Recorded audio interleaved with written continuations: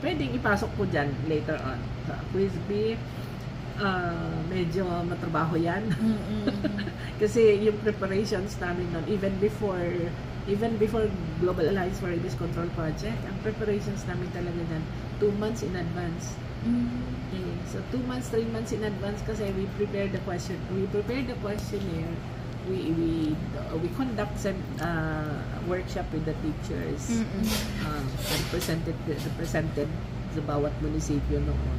And then we come up with the pricing, with the the venue, and etc. So ang laking effort din yan sa Quizbee. But we were praised by the Global Alliance group noon because we stopped at 9th Quizbee. 9th Quizbee tayo noon.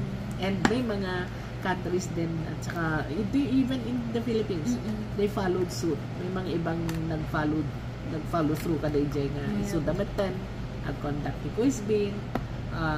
Actually, Municipality of Solsona is active on this Kaya naging contender sa national, namili yung livestock coordinator natin dyan na empleyado munisipyo sa Global Alliance Awards.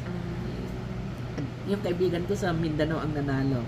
Anyway, nagpa-Quizbee sila, nagpapakumpya. We'll try to come up with workshops pa rin with the teachers, tapos come up with the questionnaires on our own na hindi alam ng teacher.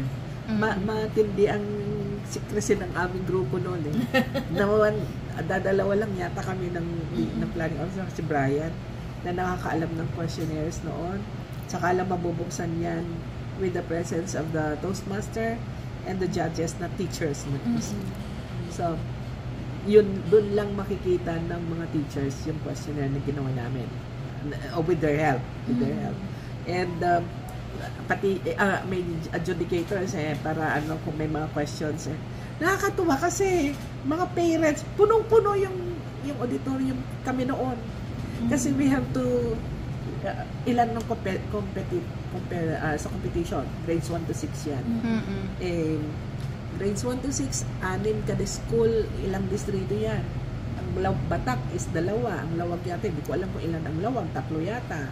And then there were also private schools na sumali. And yung buong, and then we're very strict on the distancing ng mga bata.